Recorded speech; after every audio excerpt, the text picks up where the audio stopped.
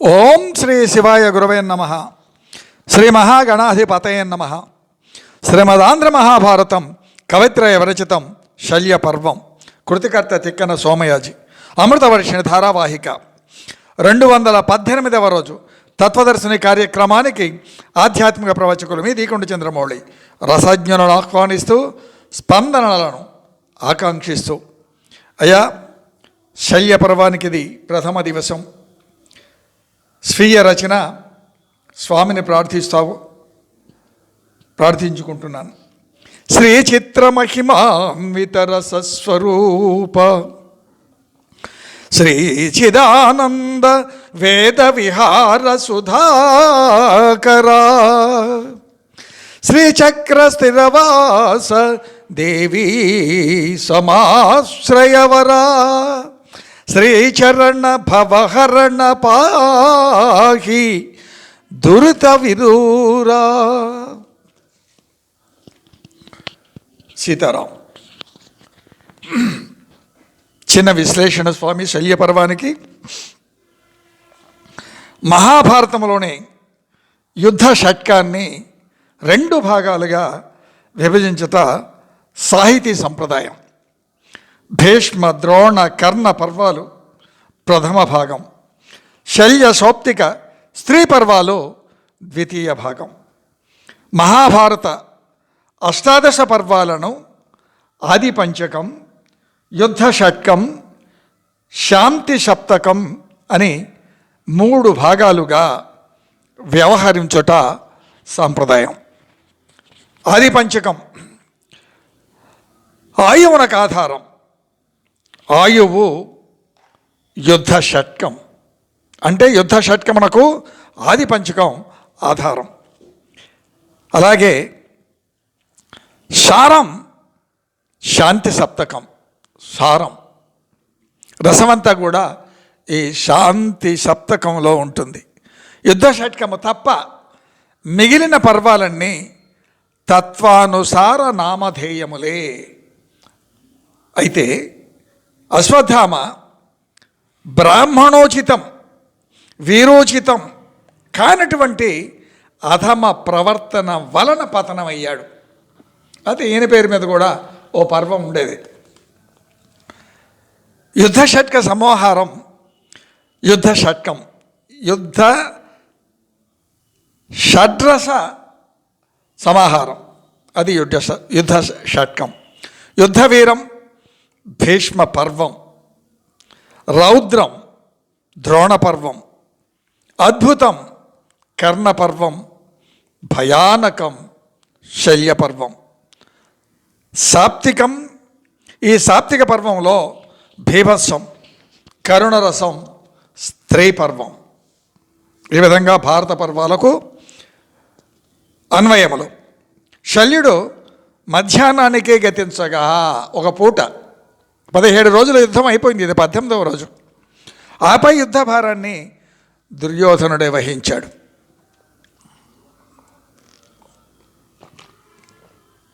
కాబట్టి సీతారాం. దుర్యోధనుడు మరణానికి ముందు అశ్వత్థామను సైన్యానికి అధ్యక్షునిగా చేసి అపాండవం గావించే ప్రయత్నం కొస మెరుపు.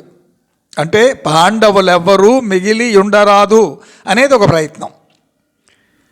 కర్ణ మరణంతో రారాజు కృంగాడు. కర్ణపర్వం చాలా విశ్లేషణాత్మకంగా మనవి చేశాను. కృంగిపోయాడు రారాజు.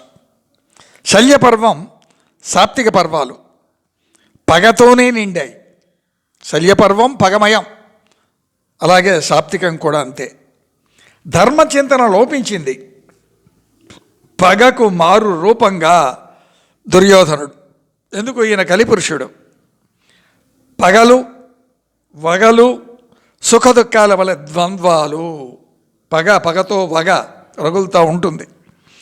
పగ కారణమవుతుంది. దుర్మదాంధులు అహంకారులు పగ జయ కారకమని భావిస్తారు. చూడు నిన్నేం చేస్తానో అంటాడు, నిన్ను చేసేంతవరకు నిద్రపోనంటాడు. ప్రతిజ్ఞలు అంటారు, అవ్వంటారు ఇవ్వంటారు. కలియుగంలో ఇవి మరీ ఎక్కువయ్యాయి. ఎత్తులు పై ఎత్తులు చిత్తులు చేయటం, ఒక వ్యక్తిని తొక్కేయాలంటే మరొక వ్యక్తిని ఆదరించటం, అది కూడా ఈ తొక్కేయటానికి ఆదరించడానికి తేడా ఏం లేదు. అవసరార్థం, బహుకృత వేషం గమనిస్తూనే ఉన్నాం. ఆవలించకుండా ప్రేగులు లెక్క పెట్టగలిగితే తప్ప భారతం వ్యాఖ్యానం చేయలేం. రకరకాల అనుభవాలు దైనందిన జీవన విధానంలో, అదే ఇక్కడ ద్యోతకమవుతూ ఉంది. ఈ ద్వంద్వములు వీడందే సుఖము లేదు, శాంతి లేదు. ఎందుకు? పగతో వగ ఇది రగులుతూ ఉంటుంది. ముందు ఎవరినో మనం దన్నే ముందు మన మనస్సు మనల్ని 10 సార్లు దంతుంది. ఆపై లేనిపోని రోగాలన్నీ దాపురిస్తాయి. దుర్మదాంధులు అహంకారులు పగ జయ కారకమని అనుకుంటారు. మదం అనేక రకాలుగా ఉంటుంది. ధనమెక్కన మదమెక్కను, మదమెక్కన మత్సరమెక్కను, మత్సరమెక్కన మరిమరి ఎక్కును. ధనముడిగిన మదముడుగును, మదముడిగిన మత్సరముడుగున్, మత్సరముడిగిన మరిమరి ఎడుగున్. మదం, ఆ మదం ఏదైనా అంధకారమే కదా. శల్యుడు సేనాపతి అయ్యే నాటికి ఉభయపక్షాల్లో కూడా మిగిలినటువంటి సైన్యాలు ఏమిటి అసలు? కౌరవ సైన్యంలో ఎక్కడ 11 అక్షౌహిణీల సైన్యం అండి. చూడండి, ఇప్పుడు 11,000 రథాలు కౌరవ పక్షంలో మిగిలాయి, 10,700 ఏనుగులు, 2 లక్షల గుర్రాలు, 3 కోట్ల కాల్బలం. దుర్మదాంధకారం రాజ్యకాంక్షణం ఏలదలిస్తే ఇలాగే ఉంటాయి. శవాల మీద, పీనుకుల మీద బొంగు పేలాలు ఏరుకునే రకాలంటారే, కోవిడ్ని సృష్టించారు. మరణ మృదంగం, ఆపై మరొక సూక్ష్మజీవిని మళ్ళీ వదిలేరు. దీనికి వెనక ఓ పెద్ద మేధావి వర్గం వేల కోట్ల రూపాయల ఆదాయం కోసం చేసేటువంటి పైశాచిక తాండవం. ఏం చేసుకుంటావయ్యా ఓ మనిషి? నిన్నే, నీ ఆత్మ నీకేం సమాధానం చెప్తుంది? నిన్ను నెగ్గదీయదా? ఆలోచించాలి సీతారాం. 2 చేతులు మూసుకొని వస్తున్నటువంటి జీవుడు 2 చేతులు చూపించుకుంటూ వెళ్ళిపోతున్నాడు. వాడు ఎన్ని వేల కోట్ల కుంభకోణం ఆరితేరినా భారతంలో ఉన్నదే, ఇందున్నదే ఎందైనా ఉన్నది, ఇందు లేనిది ఎందు లేదు అన్నాడు. జీవన విధానాన్ని అన్వయించుకోగలిగితే మానవ జీవన సరళి ఎలా నేటి కలికాలంలో దాపురించిందో మనకు ద్యోతకమవుతుంది. వీళ్ళకి పెద్ద పెద్ద పేర్లు డాన్లు అంటారు, మరో ఏదో అంటారు. బ్రతకనివ్వు అనే సిద్ధాంతాన్ని మరచినటువంటి దుర్యోధనుడి గతి ఏమాయే? ఆలోచించాలి సీతారాం.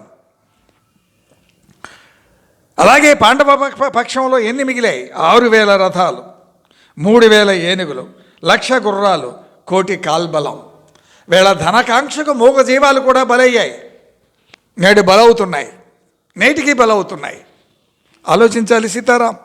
కౌరవ వీరులది పురుష ప్రయత్నం, కాపురుష లక్షణం అంటారు. పురుష ప్రయత్నం ఉండవలసిందే. రణం రాచధర్మమే.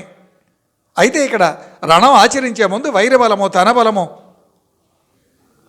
సరి చూసుకొని ఎయ్యది ఎప్పటికి అవసరమో దానిని అప్పుడు ఆచరించాలి తప్ప అన్నిటికీ ఒకే మంత్రం లేదు కదా.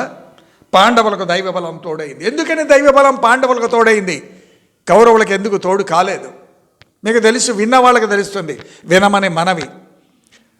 చాలా విచిత్రంగా తోస్తుందండి. క్రమేపీ ఈ గ్రూపులలో సభ్యులు వాళ్ళకి పెట్టినటువంటి ఆ మెసేజ్లు కూడా, వార్తలు కూడా కనీసం పరిశీలించలేనటువంటి స్థితికి హైందవ సమాజం వెళ్ళిపోతుంది. రోజు ఒక్క 17 నిమిషాలు నన్ను ఉద్ధరించమని కాదు, మీలో నేను ఒకడినే కదా.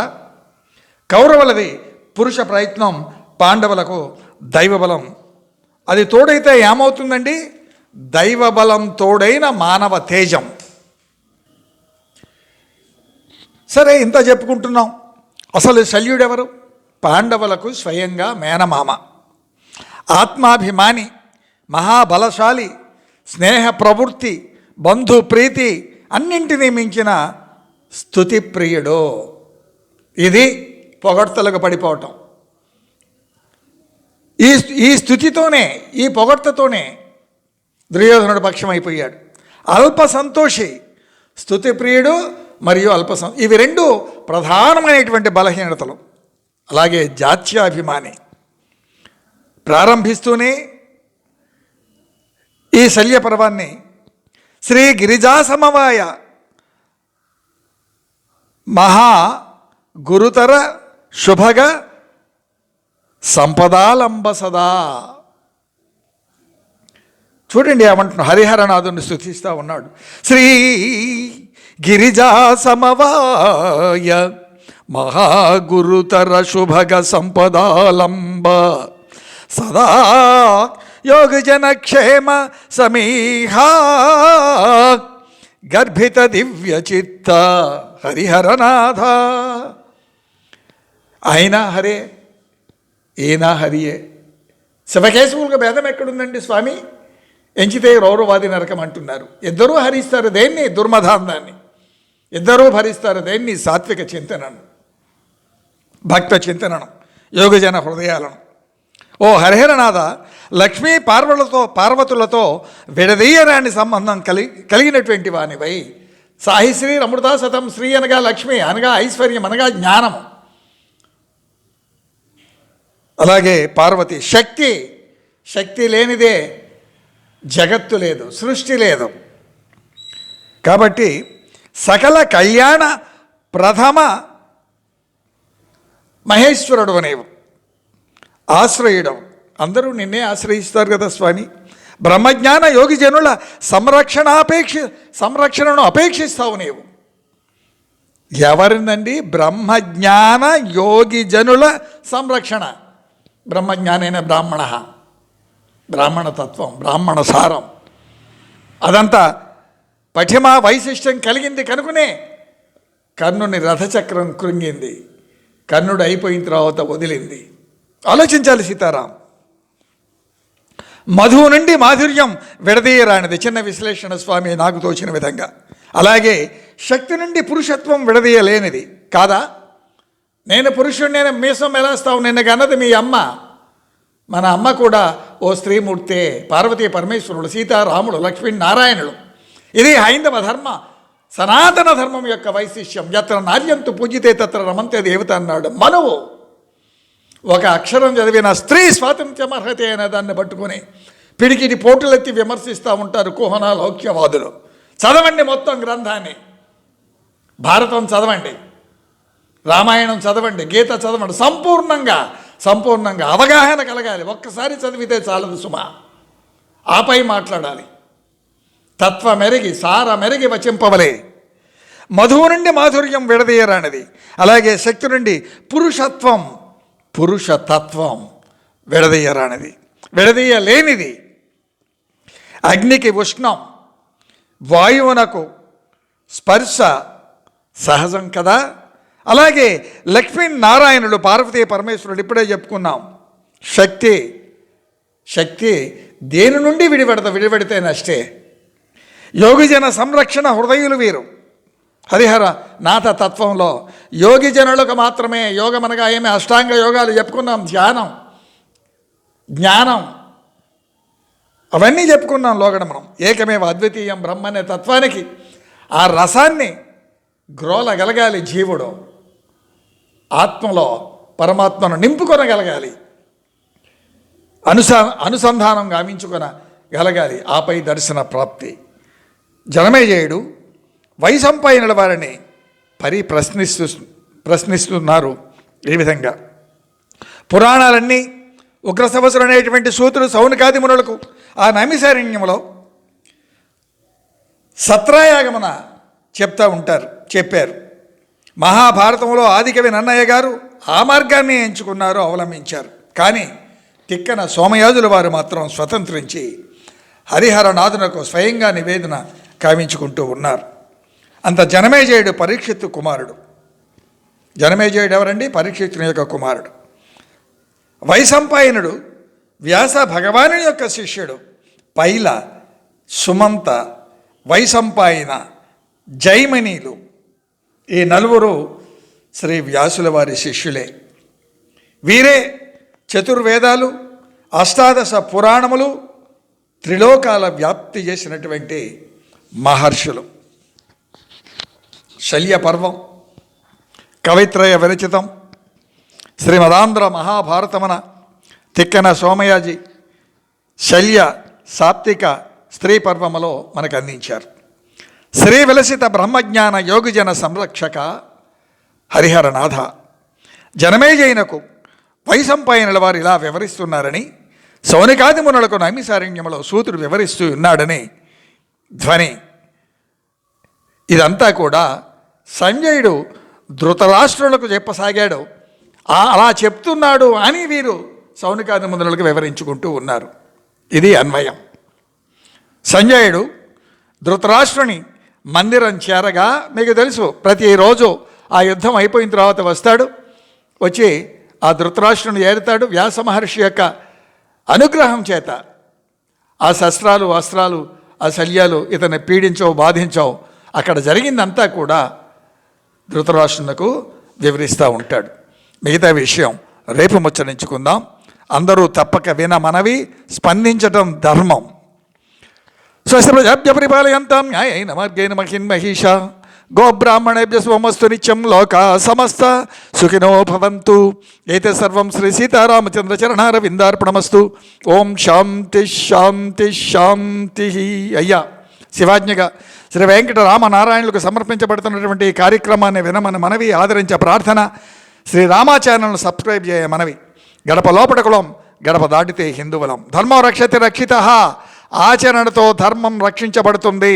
ధర్మం జయం కావ్యం మహాభారతం వినమనవి. సీతారాం.